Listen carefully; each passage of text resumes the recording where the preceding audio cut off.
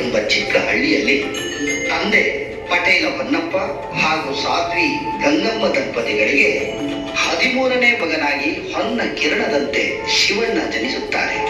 ಹೊನ್ನಪ್ಪನವರು ಶ್ರೀಮಂತರಾಗಿದ್ದರಲ್ಲದೆ ಕೃಷಿ ಕಾಯಕ, ಅನ್ನ ಸಂತರ್ಪಣೆ, ಕಾವ್ಯ ಪಠಣ ಇಂಥ ಕಾರ್ಯಗಳಿಂದ ಜನಪ್ರಿಯರಾಗಿರುತ್ತಾರೆ. ಪತ್ನಿ ಗಂಗಮ್ಮ ಮಕ್ಕಳನ್ನು ಸಂಸ್ಕಾರವಂತರನ್ನಾಗಿ ಬೆಳೆಸಿದ ಸದ್ಗೃಹಿಣಿ. ಮಗ, ಕಾಲ್ ನೋಯ್ತಿದೀಯಾ? ಇಲ್ಲ ಕಣವ. ಜಾಣ ಮರಿ. ಪುಟ, ನೀನು ಸಿದ್ಧಗಂಗಾ ಬೆಟ್ಟ ನೋಡ್ದಲ್ಲ, ಸಂದಾಗೈತೆ ಅಲ್ವಾ? ಸಂದಾಗೈತೆ. ಅವ ಮೊನ್ನೆ ಶಿವಗಂಗೆ ನೋಡಿದ್ವಲ್ಲ, ಅವನು ಶಿವ ಅಲ್ವಾ? ಹ್ಞೂ ಕಣ್ ಮಗ. ಇವತ್ತು ಸಿದ್ಧಗಂಗೆ ನೋಡಿದ್ವಲ್ಲ, ಅವನು ಶಿವ ಅಲ್ವಾ? ಹ್ಞೂ ಕಣ್ ಮಗ, ಅವನು ಶಿವನೇ. ಅವನ್ ಬೇರೆ ಶಿವ, ಇವನ್ ಬೇರೆ ಶಿವನಾ? ಇಲ್ಲ ಮಗ, ಇಬ್ರು ಒಂದೇ ಶಿವ. ಅದೇಂಗೆ? ಅದು ಅಲ್ಲೈತೆ, ಇದು ಇಲ್ಲೈತೆ.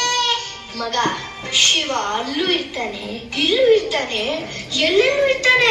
ಅವನು ಇಲ್ಲದೆ ಇರೋ ಜಾಗನೇ ಇಲ್ಲ. ಹೌದಾ? ಸಿದ್ಧಗಂಗಾ ಮತ್ತೆ ಶಿವಗಂಗೆನಲ್ಲಿ ದೊಡ್ಡ ದೊಡ್ಡ ಮಹಾತ್ಮರು, ವಿರಕ್ತರು ಎಲ್ಲ ತಪಸ್ ಮಾಡಿ ಶಿವನ ನೋಡಿದಂತೆ ಕಂದ. ಹೌದಾ? ಅದ್ಕೆ ಮಗ, ನಾವ್ ಆಗಾಗ ಅಲ್ಲಿಗೆ ಹೋಗ್ತಿರ್ಬೇಕು. ಆಗ ನಮಗೂ ಪುಣ್ಯ ಬರ್ತೈತೆ. ಹೌದಾ? ನೋಡ್ ಮಗ, ಇದೆಲ್ಲ ನಿಂಗೆ ಈಗಲೇ ಅರ್ಥ ಆಗಕ್ಕಿಲ್ಲ. ನೀನ್ ದೊಡ್ಡವರಾದ್ಮೇಲೆ ಎಲ್ಲ ತಾನೇ ಅರ್ಥ ಆಯ್ತದೆ, ಆಯ್ತಾ? ಅವ ನಂಗೀಗ ಒಂದ್ ಕತೆ ಹೇಳು. ಯಾವ ಕತೆ ಹೇಳಿ? ಇವತ್ ನಾವು ಸಿದ್ಧಗಂಗೆ ಬೆಟ್ಟಕ್ಕೆ ಹೋಗಿದ್ವಲ್ವಾ, ಅಲ್ಲಿ ಒಂದ್ ಗಂಗಾಮತ್ತೆ ನೋಡಿದ್ವಲ್ವಾ.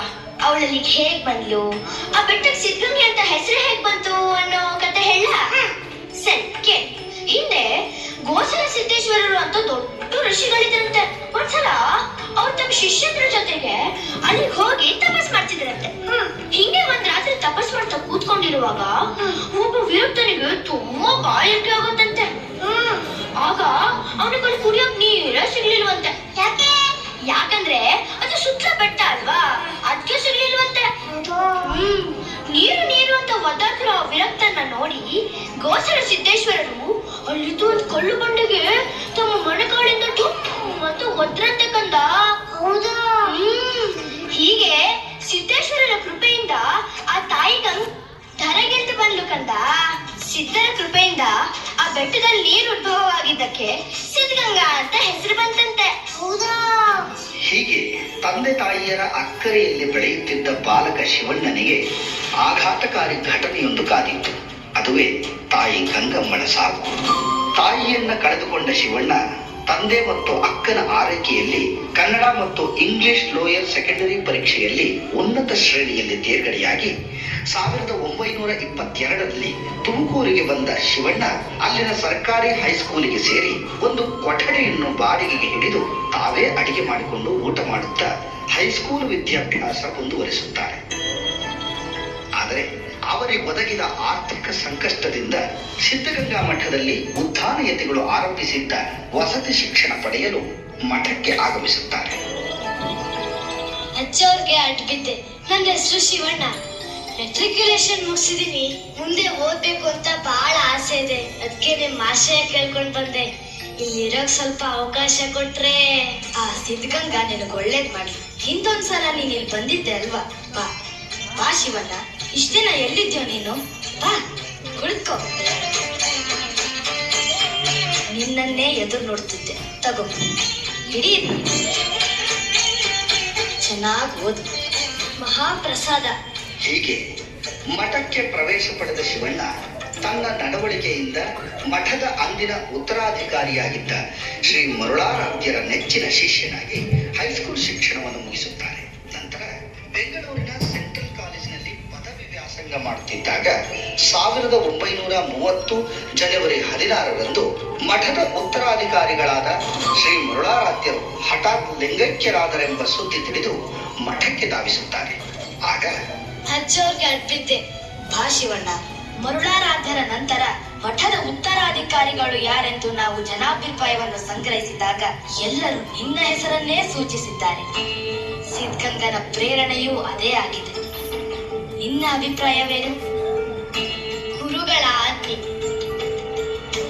ನಾನು ತಯಾರಿದ್ದೇನೆ. ಚೆನ್ನಾಗಿ ಯೋಚನೆ ಮಾಡಿ ಹೇಳು ಶಿವಣ್ಣ. ಸನ್ಯಾಸಿಯ ಬದುಕು ಹಾಲು ತುಪ್ಪ ತಿಂದಷ್ಟು ಸುಲಭವಲ್ಲ. ಸನ್ಯಾಸತ್ವ ಅಂದರೆ ಎಲ್ಲದರಿಂದ ವಿರಕ್ತನಾಗುವುದು ಅಲ್ಲ. ಸನ್ಯಾಸಿಯ ಜೀವನ ಕತ್ತಿಯ ಅಲಗಿನ ಮೇಲೆ ನಡೆದ ಹಾಗೆ. ಇಡೀ ಸಮಾಜವನ್ನೇ ತನ್ನ ಸಂಸಾರವೆಂದು ಬಾಳುವವನೇ ನಿಜವಾದ ಸನ್ಯಾಸಿ. ಈಗ ಹೇಳಿ, ಗುರು ಬೆನ್ನ ಹಿಂದೆ ಇದ್ದರೆ ಗುರಿ ತಲುಪುವುದು ಕಷ್ಟ ಅಲ್ಲ ಗುರುಗಳೇ. ನಿಮ್ಮ ಆಶೀರ್ವಾದ ಬಂದಿದ್ದರೆ ಸಾಕು. ಆ ಸಿದ್ಧಗಂಗನ ಕೃಪೆ ಸದಾ ನಿನ್ಮೇಲೆ. ಇನ್ನು ಮುಂದೆ ಈ ಮಠಕ್ಕೆ ನೀನೇ ಉತ್ತರಾಧಿಕಾರಿ.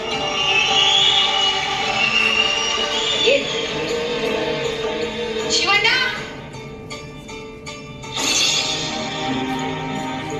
ಅಜ್ಜೋ ಗಡ್ಬಿದ್ದೆ. ಶಿವಣ್ಣ, ನಾನ್ ಕೇಳಿದ ವಿಷಯ ನಿಜಾನಾ? ಏನಪ್ಪಯ್ಯ? ಸನ್ಯಾಸ ಸ್ವೀಕರಿಸಿ ಮಠಕ್ಕೆ ಉತ್ತರಾಧಿಕಾರಿ ಆಗ್ತಿದ್ಯಂತೆ. ಹೌದಪ್ಪಯ್ಯ, ಅಜ್ಜವ್ರು ಹೇಳಿದ್ದಾಯ್ತು, ನಾನು ಒಪ್ಪಿದ್ದು ಆಯ್ತು. ನಿಂಗೆ ತಲೆಗೆ ಕೆಟ್ಟಿದ್ಯಾ? ಚೆನ್ನಾಗಿ ಓದಿ ನಮ್ ಕುಟುಂಬಕ್ಕೆ ಒಳ್ಳೆ ಹೆಸರು ತರ್ತೀಯ. ಆಮೇಲೆ ನಿಂಗೆ ಲಗ್ನ ಮಾಡಿ ನೆಮ್ಮದಿಯ ಕಣ್ ಮುಚ್ಚನ ಅಂತ ಕನ್ಸ್ ಕಾಣ್ತಿದ್ರೆ ಸನ್ಯಾಸಿ ಆಗ್ತೀನಿ ಅಂತಿದ್ಯಲ್ಲ. ಇದೆಲ್ಲ ಬೇಡ ಮಗ್ನೆ, ಈ ಮಠದ ಸಹವಾಸ ಬಿಟ್ಬಿಡು. ಇರೋ ಆಸ್ತಿ ಪಾಸ್ತಿ ನೋಡ್ಕೊಂಡು ರಾಜನ್ ತರ ಇರುವಂತೆ.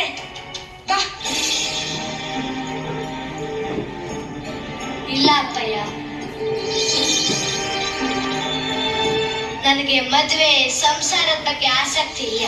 ನನ್ನ ಕರ್ತವ್ಯ ಒಂದೇ, ಮಠಾಧಿಕಾರಿಯಾಗಿ ಈ ಕ್ಷೇತ್ರವನ್ನು ಮುನ್ನಡೆಸಬೇಕು. ನನಗೆ ಆಶೀರ್ವಾದ ಮಾಡಿ.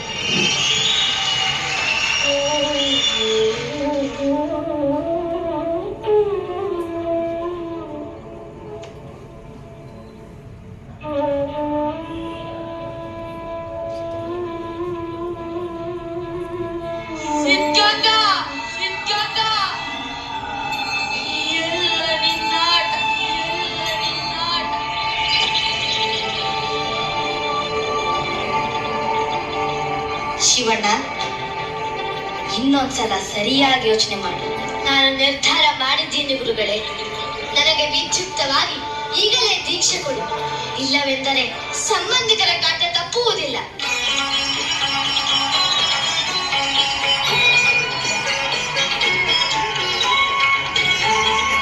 ಲಿಂಗ ಪೂಜೆಯ ಮಾಡುವೆ ಎನ್ನಿಷ್ಟ ಲಿಂಗ ಪೂಜೆಯ ಮಾಡುವೆ ಅಂಗಯ್ಯ ಮಂಟಪದಿ ಸಿಂಚಿ ಸಡಗರದಿ ಎನ್ನಿಷ್ಟ ಲಿಂಗ ಪೂಜೆಯ ಮಾಡುವೆ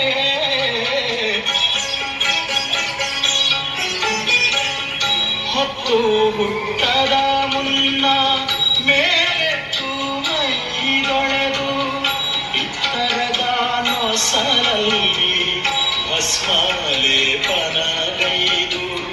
ಕತ್ತಿನೊಳು ರುದ್ರಾಕ್ಷ ಮಾಲೆಯನು ಸಲೆ ತಳೆದು ಪ್ರತ್ಯಹವು.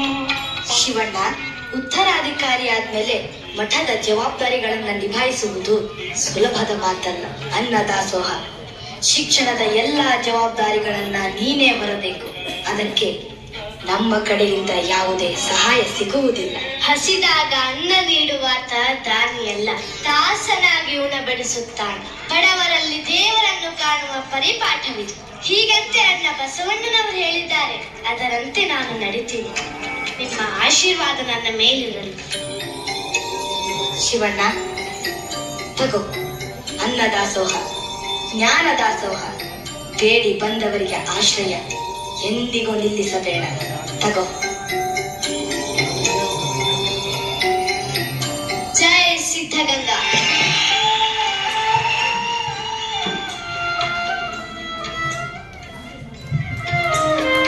ಜ್ಯೋತಿ ಬೆಳಗುತ್ತಿದೆ, ಜ್ಯೋತಿ. ಜೈ ಸಿದ್ಧಗಂಗಾ. ಬೆಳಗಾಯ್ತು ಅಂದ್ರೆ ಅಯ್ಯ ಸ್ವಾಮಿ ಶಿವಶಂಕರ ತಪ್ಪಂದ್ಬಿಡ್ತಾರೆ. ಏನ್ ಸ್ವಾಮಿಗಳೇ, ಏನಾಗ್ಬೇಕಾಗಿತ್ತು? ಮಠ ಮಠದಲ್ಲಿ 100 ವಿದ್ಯಾರ್ಥಿಗಳಿಗೆ ಅನ್ನದಾಸೋಹ ಮತ್ತು ಅಕ್ಷರ ದಾಸೋಹ ನಡೀತಿದೆ. ಅದಕ್ಕೆ ನಿಮ್ ಕೈಲಾದ ಸಹಾಯ ಮಾಡ್ಬೇಕು. ಆ ಸಿದ್ಧಗಂಗಾ ನಿಮ್ಗೆ ಒಳ್ಳೇದ್ ಮಾಡ್ತಾನೆ. ಹಂಗಂತ ನಾ ನಿಮ್ಗೆ ಏನಾದ್ರು ಸಹಾಯ ಮಾಡಿದ್ರೆ ನನ್ನ ಮಗ ನನ್ನನ್ನೇ ಮನೆಯಿಂದ ಹೊರಗಡೆ ಹಾಕ್ತಾನೆ. ಬಂದ್ಬಿಟ್ಟ. ಎಲ್ರು ಈ ಮನೆಯಿಂದ ಒಂದಲ್ಲ ಒಂದಿನ ಹೊರಗೆ ಹೋಗೋರೆ. ಇರೋವರೆಗೂ 4 ಜನರಿಗೆ ಒಳ್ಳೇದ್ ಮಾಡಿದ್ರೆ ಆ ಸಿದ್ಧಗಂಗಾ ಒಳ್ಳೇದ್ ಮಾಡ್ತಾನೆ. ಓ ಹೌದಾ? ನಿಮ್ ಸಿದ್ಧಗಂಗಾ ಅಷ್ಟೊಂದು ಒಳ್ಳೆಯವನ? ಹಾಗಾದ್ರೆ ಒಂದ್ ಕೆಲಸ ಮಾಡಿ, ಇಲ್ಲೇ ರೀ ತಗೊಳ್ಳಿ. ಇದರಲ್ಲಿ 700 ರೂಪಾಯಿ ರೊಕ್ಕ ಇದೆ. ಆಳ ಕೆತ್ತು ತಿಂದು ಎಲ್ಲ ಹಾಳಾಗೋಗಿದೆ. ಇದನ್ನ ಬದಲಾಯಿಸಿ ಹೊಸ ನೋಟ್ ಕೊಡ್ಸಿದ್ರೆ ನಾನ್ ನಿಮ್ಗೆ ಏನ್ ಸಹಾಯ ಬೇಕೋ ಮಾಡ್ತೀನಿ. ಹಾಗೆ ಆಗ್ಲಿ, ತಗೊಳ್ಳಿ. ನಾಳೆ ಮಠಕ್ಕೆ ಬಂದು ನಿಮ್ಮ ಹೊಸ ಹಣ ತೆಗೆದುಕೊಂಡು ಹೋಗಿ.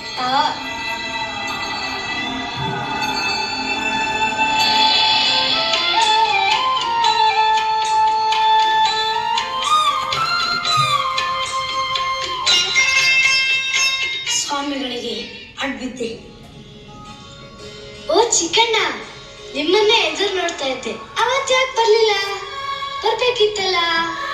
ಇರ್ಲಿ ತಗೊಳ್ಳಿ. ಯಾಕೇನಾಯ್ತು? ಇದು ನೀವತ್ತು ಹಣ ಬದಲಾಯಿಸ್ಕೊಡಿ ಅಂತ ಕೊಟ್ಟಿದ್ರಲ್ಲ, ಅದನ್ನ ಬದಲಾಯಿಸಿದೀನಿ, ತಗೊಳ್ಳಿ. ಬೇಡ ಸ್ವಾಮಿ, ನಾನು ನಿಮ್ನ ಪರೀಕ್ಷೆ ಮಾಡಿ ನಿಮ್ ಮನಸ್ಸನ್ನು ನೋಯಿಸ್ಬಿಟ್ಟೆ. ಹುಟ್ಟಾಗಿಂದ ಇಲ್ಲಿವರೆಗೂ ಒಬ್ಬರಿಗೆ ತಿನ್ನೋ ಕೊಡ್ಲಿಲ್ಲ, ಉಣ್ಣೋ ಕೊಡ್ಲಿಲ್ಲ. ಬಡ್ಡಿ ಓರದಲ್ಲಿ ಗಟ್ಟಿಗೆ ಗಟ್ ಮಾಡಿ ಹಣ ಕೂಡಿಟ್ಟೆ ಹೊರತು ಜನಗಳ ಪ್ರೀತಿ ಸಂಪಾದನೆ ಮಾಡ್ಲಿಲ್ಲ. ಇವತ್ತು ನನ್ನ ಹೆಂಡತಿ, ಮೊಮ್ಮಕ್ಕಳು, ಸಂಬಂಧಿಕರು ಎಲ್ಲ ನನ್ ಬಿಟ್ಬಿಟ್ಟು ದೂರ ಹೊರಟೋದು.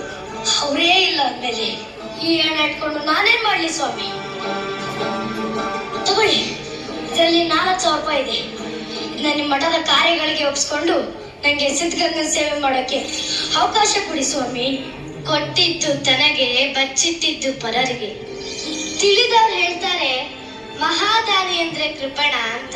ಚಿಕ್ಕಣ್ಣ, ನೀನ್ ಇನ್ಮುಂದಿಂದ ಇಲ್ಲೇ ಇರ್ಬಹುದು. ಹೇಳು, ಮೇಲೇಳು. ಮಹಾಪ್ರಸಾದ, ಮಹಾಪ್ರಸಾದ.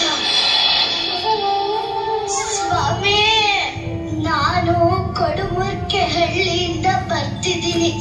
ನನಗೆ ನನ್ನವರು ಅಂತ ಹೇಳ್ಕೊಳ್ಳೋರು ಯಾರು ಇಲ್ಲ. ಈ ಜೀವ ಬಯಸೋದು ಒಂದು ತನ್ನ ಇರೋಕ್ ಸ್ವಲ್ಪ ಜಾಗ, ಮಾತು, ಅದು ನಂಗೆ ಯಾರಿಂದಲೂ ಸಿಗ್ಲಿಲ್ಲ. ಎಲ್ಲಾದ್ರೂ ಸಿಗುತ್ತೆ ಅಂತ ಬಂದಿದ್ದೀನಿ. ದಯವಿಟ್ಟು ಇದ್ರಲ್ಲಿರೋ ಹಣನ ಒಪ್ಪಿಸ್ಕೊಂಡು ನಂಗಿಲ್ಲಿರೋ ಜಾಗ ಕೊಡಿ ಬುದ್ಧಿ. ನನ್ ಕೊನೆ ಉಸಿರಿರೋವರೆಗೂ ಆ ಸಿದ್ಧಲಿಂಗೇಶ್ವರನ್ ಸೇವೆ ಮಾಡ್ಕೊಂಡು ನನ್ ಪ್ರಾಣ ಬಿಡ್ತೀನಿ ಸ್ವಾಮಿ. ದೇಹಿ ಅಂತ ಯಾರೇ ಬಂದ್ರು ಈ ಸಿದ್ಧಗಂಗಾ ಮಠ ಅವರನ್ನ ದೂರ ತಳ್ಳಲ್ಲ. ನಿಮ್ಮೆಲ್ಲರ ಮೇಲೆ ಸಿದ್ಧಗಂಗಾ ಹಾಗೂ ನಮ್ಮ ಗುರುಗಳ ಉದ್ಧಾನೇತಿಗಳ ಕೃಪೆಯಾಗಿದೆ. ಅದರಿಂದ ನೀವು ಇಲ್ಲಿ ಬಂದಿದ್ದೀರಾ ಅಷ್ಟೇ. ಬೇಡ ಅನ್ಲಿಕ್ಕೆ ನಾನು ಯಾರು? ನಾನು ಕೂಡ ಇಲ್ಲಿಗೆ ಬೇಡಿ ಬಂದವನೇ.